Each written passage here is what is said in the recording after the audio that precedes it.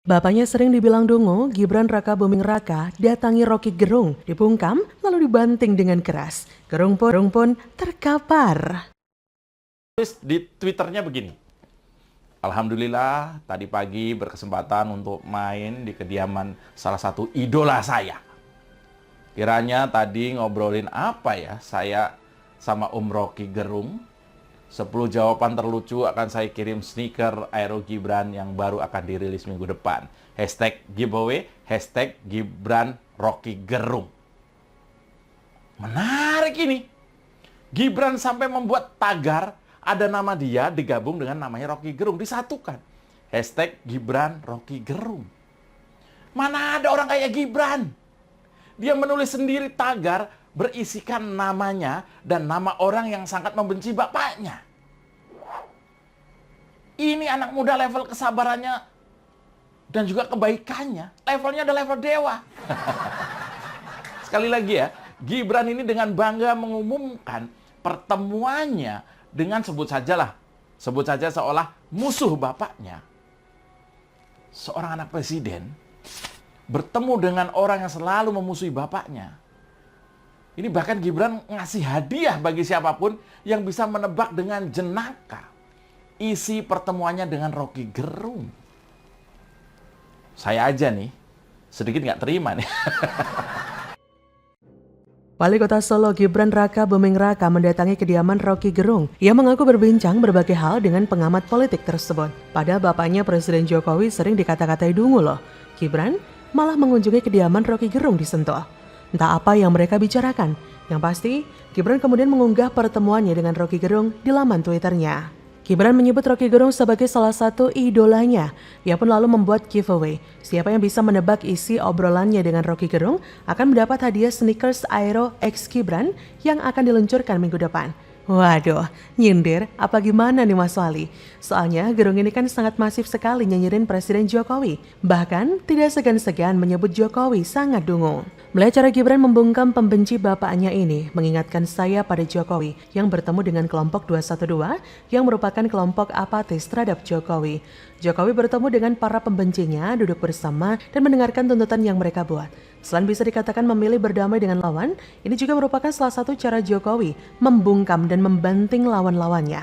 Itulah mungkin yang sedang Gibran lakukan sekarang. Usai berbincang, Gibran dan Rocky pun berfoto bersama.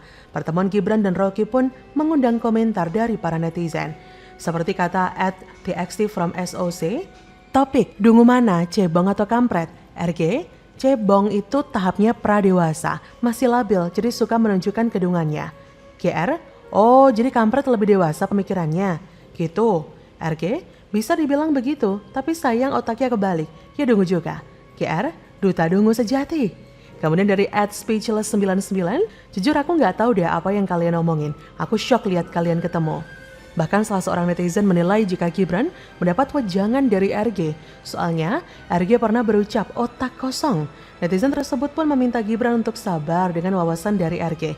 Karena menurut netizen tersebut, otak RG sedang meluap-luap dari kepala. Bagi Gibran, Rocky Gerung ini tidak akan berpengaruh apa-apa sebab selama ini Rocky sudah diperhitungkan sebagai lawan bukan kawan politik potensial. Sementara bagi Rocky, kalau masih mau diperhitungkan pengaruhnya merapat saja ke Jokowi. Dan Gibran adalah pilihan rasional ketika kemenangan Jokowi sudah ada di depan mata. Menurut pertimbangan elektabilitas yang meroket, tingkat kepuasan rakyat dan prestasi yang gemilang sampai dengan 2024 nanti, Gibran tidak sedang berusaha menyerang lawan. Sebaliknya, ia sedang merangkul lawan. Masalahnya karena jejak buruk yang sering serang Jokowi, Rocky Gerung terkapar dengan sendirinya. Kedepan semakin Gerung berbicara dan berasumsi, ia akan semakin terkapar. Gerung mungkin sekarang berada pada posisi galau, merapat ke Jokowi salah, menjauh pun tetap salah. Lucu melihat Rocky Gerung menjadi orang yang munafik. Mantan simpatisan dari Demokrat ini menjadi sosok yang kelihatannya ketakutan atas sosok Gibran. Ternyata dia hanya berani ngatain orang dari belakang. Ciri khas pengecut. Jangan heran jika saya tidak percaya serta-merta kepada Rocky Gerung meskipun dia sudah mengundang orang dekat Presiden Jokowi.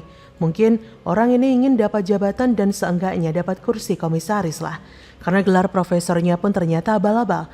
Ya kita lihat saja nanti sampai 2024 apakah dia masih ada dukung SBY yang turun gunung atau menjadi orang yang menjilat pemerintahan yang melanjutkan tongkat estafet Presiden Jokowi.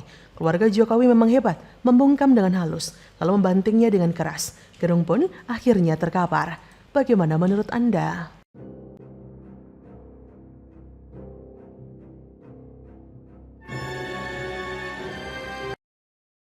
Adu sakti, didatangi Opung Luhut, Rocky Gerung kicap habis kena sindir. Ditulis oleh Jaya Wijaya dari laman siwar.com.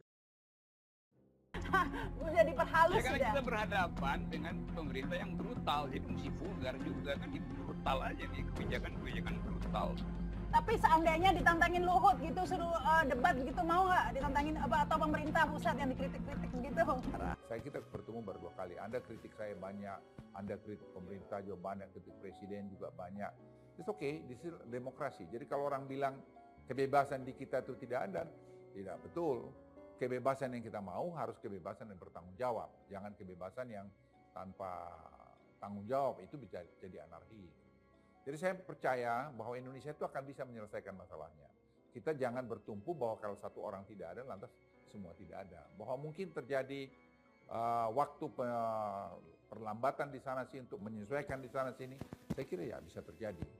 Tapi kalau Anda tanya saya lagi, ya selama hampir 8 tahun sekarang bersama Presiden Jokowi dalam pemerintahan ini, saya kira kita telah membuat perubahan-perubahan yang besar untuk negeri ini. Dan itu saya pikir pencapaian kita 2030 dan 2045, itu saya pikir kalau kita semua sepakat dan semua kita kompak, itu akan kita bisa capai. Tidak ada yang tidak bisa kita capai ini.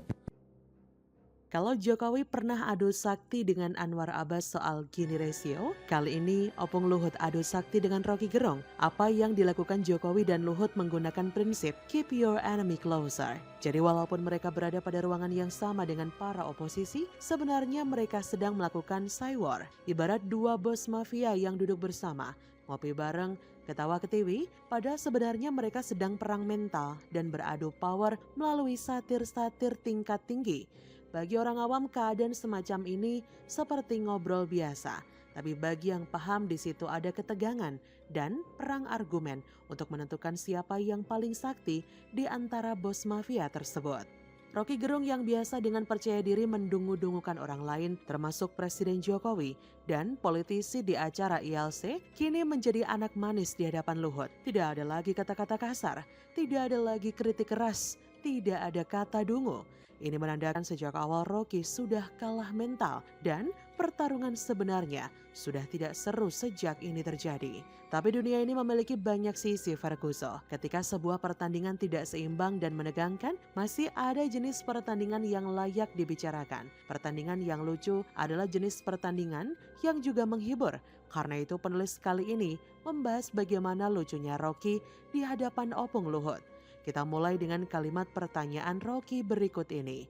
Rocky berkata, Pak Luhut sebagai orang yang sangat dekat dengan istana tentu punya keyakinan ini Indonesia itu pasti bisa bertumbuh tuh. Opini penulis, loh Rocky ini apa lupa kalau dirinya ini oposisi? Walaupun ini bukan debat terbuka, sebagai oposisi tentu Gerung harusnya bertingkah layaknya seorang oposisi. Kok ini jadi kayak ibu komplek yang sedang menjilat tetangganya ya? Kalimatnya kan sama aja dengan ibu-ibu yang berkata, anak ibu pasti masuk universitas favorit tuh, anak ibu pasti diterima di perusahaan bonafit, anak ibu pasti dapat jodoh yang kaya, dan lain-lain. Memang di situ kalimatannya, tapi sebagai oposisi, Gerung harusnya tidak menggunakan kata pasti. Jadi pengertian oposisi sekarang, kalau beroposisi mesti kasih solusi. Saya nggak mampu, saya nggak punya big data untuk kasih solusi, kira-kira begitu tuh. Ya enggak apa-apa, Yes. saya kira kalau saya nggak suka sama Anda, saya kan nggak datang ini. Iya betul. Ya. Tapi bukan itu Tapi poin-poin saya. saya hargai bahwa perbedaan pendapat itu harus ada. Jadi karena kita di keluarga aja ada kan. Tapi yang saya ingin himbau pada masyarakat, kita semua apakah menamakan oposisi atau perintah, ayolah kita berbeda pendapat itu dalam konteks yang lebih santun, itu aja. Oke. Jadi misalnya kalau mau ngeritik presiden kita, mau ngeritik sini, ya kritik aja, enggak apa-apa kritik saya, Nah, tuh. senang aja. Tapi tentu dengan kesantunan-kesantunan timur Yes. kita itu yang perlu kita pelihara. Jadi kalau ada yang bilang misalnya mana kebebasan di apa namanya dikekang, kebebasan apa? Anda bisa ngeritik saya aja.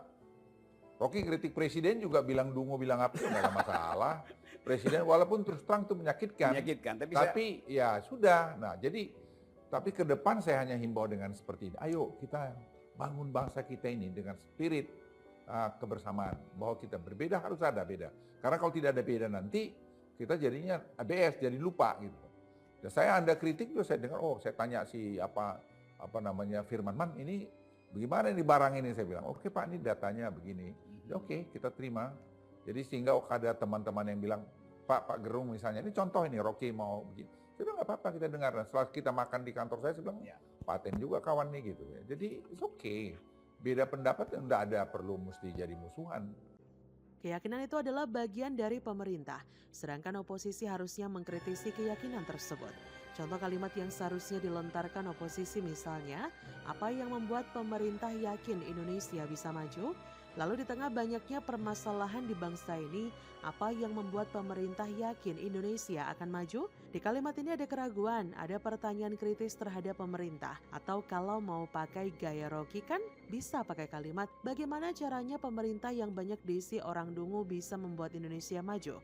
Tapi karena ini bukan debat terbuka, dan Rocky juga terlanjur kicap dengan orang yang sedang dia hadapi, ya nggak perlu pakai kata dungu nggak apa-apa. Yang penting tetap menanyakan alasan apa yang membuat pemerintah yakin Indonesia akan maju. Lalu, apa jawaban Luhut terhadap pertanyaan lucu dari Rocky Gerung ini? Berikut kita bahas. Luhut berkata, kalau kita balik kepada the founding fathers kita, mereka itu betul-betul menurut saya super arif. Jadi bagaimana mereka membuat konstitusi kita atau melahirkan Pancasila, menyusun Undang-Undang Dasar 45. Kalau menurut saya, kalau kita simak baik-baik, itu sangat masih relevan kemari. Opini penulis, bagi penulis ini seperti membuka topik baru. Ya gimana, lawang pertanyaan sebelumnya malah dijawab langsung oleh Rocky sendiri. Jadi Opung di sini merasa tidak perlu menjawab pertanyaan Rocky soal keyakinan Indonesia akan maju. Rocky sendiri yang sudah memastikannya dalam kalimat dia sendiri. Dungu memang, dia yang nanya tapi pada waktu bersamaan dia menjawab pertanyaannya sendiri. Tapi topik ini jelas sindiran halus Luhut kepada Rocky. Rocky selalu mengklaim dirinya oposisi dan berhak mengkritik tanpa memberikan solusi. Dalam perbincangan ini juga Rocky menegaskan hal tersebut lagi. Maka di sini Opung mengingatkan kalau Rocky bisa melakukan hal tersebut karena Indonesia ini menganut demokrasi Pancasila dan kebebasan berbicara di Indonesia tidak dikekang seperti klaim oposisi, tapi tetap mengkritik harus santun, bukan menyebar fitnah, hoax, menghina, dan sebagainya. Luhut berkata, terus terang saya melihat Anda itu hebat, jadi kita baru ketemu 2 kali. Anda kritik saya banyak, Anda kritik pemerintah juga banyak, kritik presiden juga banyak. It's okay, di situ demokrasi. Jadi kalau orang bilang kebebasan di kita itu tidak ada, tidak betul, kata Luhut. Nah, ini seperti pukulan telak untuk Rocky yang dalam menjadi oposisi malah berkoalisi dengan mereka yang pro khilafah. Padahal kalau suatu saat Indonesia dikuasai pro khilafah, maka Rocky tidak akan bisa banyak bacot seperti saat ini. Bahkan orang-orang seperti Rocky ini adalah yang paling pertama putus lehernya karena akan dianggap merendahkan keagungan pemimpin khilafah. Ia berkata, jangan salah, yang nanti di luar bilang Pak Luhut ada pengennya ada ini. Nggak, saya selesai dengan diri saya. Saya ingin melihat negeri ini lebih bagus lagi ke depan. Anak cucu saya, anak cucu kita semua, itu juga bisa menikmati satu suasana yang lebih bagus ke depan. Tutur Luhut. Opini penulis, setelah terhuyung-huyung oleh jab Opung Luhut, kali ini Rocky langsung terkapar nggak berdaya oleh uppercut Opung. Perhatikan kalimat yang penulis bold. Rocky kan saat ini masih bujangan. Jadi gimana bisa punya anak cucu? Hahaha. Bisa aja nih Opung Luhut nyindirnya. Sudah terlihat belum di mana dungunya Rocky Gerung? Begitulah kura-kura. Bagaimana menurut Anda?